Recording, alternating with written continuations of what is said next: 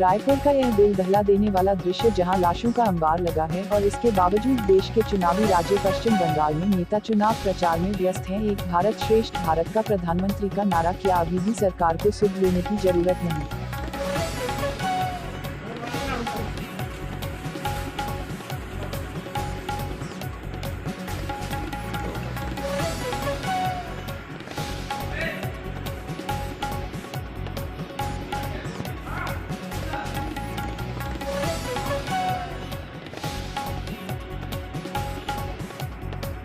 Corona संक्रमण मरीजों की संख्या घंटों में तेजी से बढ़ रही है और अब सबसे बड़ी मुश्किल तो यह है कि बहुत तेजी से मरीजों का इलाज करने वाले डॉक्टर्स और स्वास्थ्यकर्मी भी कोरोना की चपेट में आकर बीमार हो रहे हैं और काफी बड़ी तादाद में अपनी जान गंवा चुके हैं।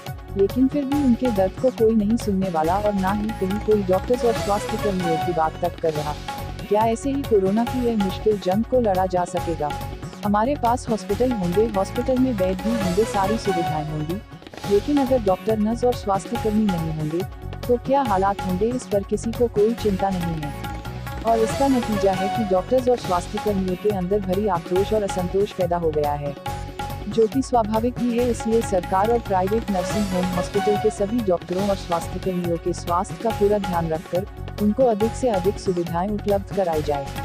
अन्यथा जो बदतर हालात है उनकी गैरमौजूदगी में क्या होगा, इसका अंदाजा लगाना भी कठिन है। महाराष्ट्र में कोरोना मृत्यु दर 1.68% हो गई है। यहाँ फिलहाल 32,75,224 लोग होम क्वारंटीन हैं और 29,399 इंस्टीट्यूशनल क्वारंटीन में हैं। राज्य में सक्रिय मामलों की संख्या 5,64,746 हो गई है। महाराष्ट्र के स्वास्थ्य मंत्री राजेश टोपे ने मुख्यमंत्री से मीटिंग के बाद बताया कि महाराष्ट्र में कोरोना महामारी को देखते हुए जल्द ही लॉकडाउन लगाया जाएगा। देश में फैली कोरोना की दूसरी लहर के दौरान नए मामलों में तेजी से इजाफा करने वाला वायरस का न्यू स्ट्रेन न केवल बेहद संक्रामक है, बल्कि इसके संक्रमण का आसानी से पता भी नहीं चल पाता। अस्पतालों में ऐसा भी देखने को मिल रहा है कि कोरोना से संक्रमित व्यक्ति में बीमारी के गंभीर लक्षण दिखाई दे रहे हैं, लेकिन जांच करने पर पता यह चलता है कि उसे तो वायरल इन्फेक्शन है ही नहीं। कोरोना के इलाज के लिए 2 से 3 दफा RT-PCR टेस्ट कराने के बाद कहीं पता चल पाता है कि फिलहाल व्यक्ति कोरोना से संक्रमित है और ऑर्गन से लिए गए फ्लूइड के सैंपल्स के टेस्ट किए गए तो उससे कोरोना वायरस संक्रमण की पुष्टि हुई। कोरोना वायरस के कुल कन्फर्म केस के मामले में भारत, ब्राजील को भी पीछे छोड़ चुका है। कुल केस के आधार पर जिन देशों में कोविड-19 का सबसे ज्यादा कहर है, उनमें भारत से ऊपर अब सिर्फ अमेरिका ही बचा है। कोरोना वायरस महामारी के चलते भारत की स्थिति लगातार बिगड़ रही है, तब उससे निपटने के उपायों को सही तरीके से लागू किए बिना देश में चुनावी रैलियों से लेकर कुंभ जैसे धार्मिक आयोजनों तक में भारी भीड़ जुट रही है। सुबह जारी हुए केंद्रीय स्वास्थ्य मंत्रालय के आंकड़ों के मुताबिक भारत में 24 घंटों में कोविड-19 के 1,61,736 कन्फर्म केस सामने आए हैं, जबकि इसकी वजह से 879 लोगों की जान चली गई है। लखनऊ के डॉक्टर श्यामा प्रसाद मुखर्जी अस्पताल के 10 से 15 डॉक्टर और स्टाफ और संक्रमित हो गए। अब तक यहां के लगभग आधे कर्मचारी और डॉक्टर संक्रमित हो चुके हैं। वहीं KGMU, SGPGI, लोहिया संस्थान और बलरामपुर अस्पताल के डॉक्टरों समेत लैब कर्मचारी भी बड़ी संख्या में संक्रमित हुए हैं। इससे कोरोना जांच पर भी विराम लग गया है। साथ ही जिन मरीजों ने पहले अपनी जांच करा ली थी, उनकी रिपोर्ट आने में 5 से 6 दिनों की देरी हो रही है। अखिल भारतीय आयुर्विज्ञान संस्थान के निदेशक डॉक्टर रणदीप गुलेरिया ने सोमवार को कहा कि लोगों का कोविड उपयुक्त व्यवहार का पालन नहीं करने और SARS-CoV-2 के उच्च संक्रामक स्वरूप का प्रसार भारत में कोरोना वायरस के बढ़ते मामलों का मुख्य कारण हो सकता है।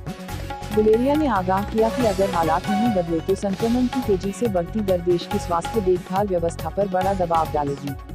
गुलेरिया ने बताया कि पूरी मनुष्यता कठिन समय से गुजर रही है और जब तक जरूरी नहीं हो तब तक लोगों को घरों से बाहर नहीं निकलना चाहिए।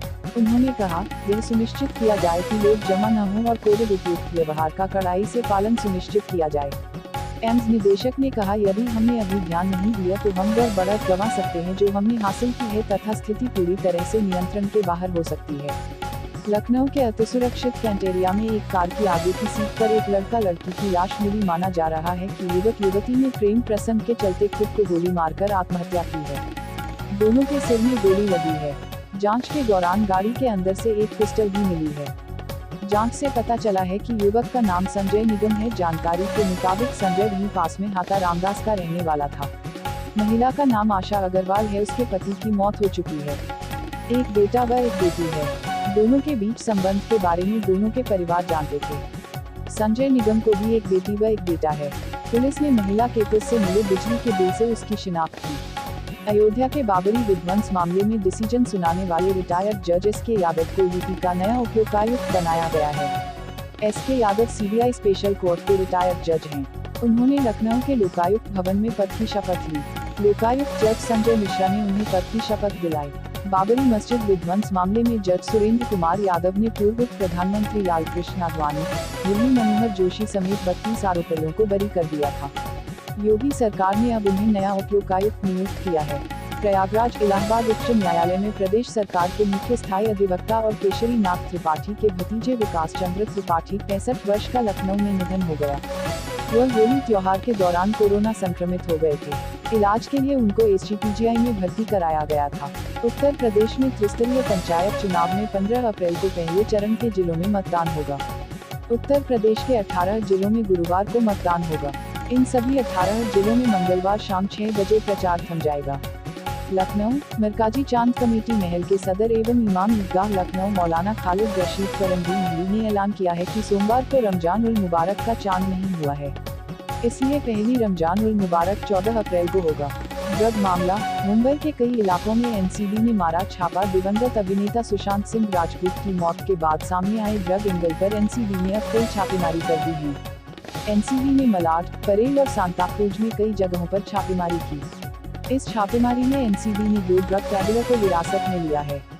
पश्चिम बंगाल में 17 अप्रैल को होने वाले 5वें चरण के मतदान से पहले चुनाव प्रचार तेज हो गया है और सभी पार्टियां प्रचार के मैदान में हैं।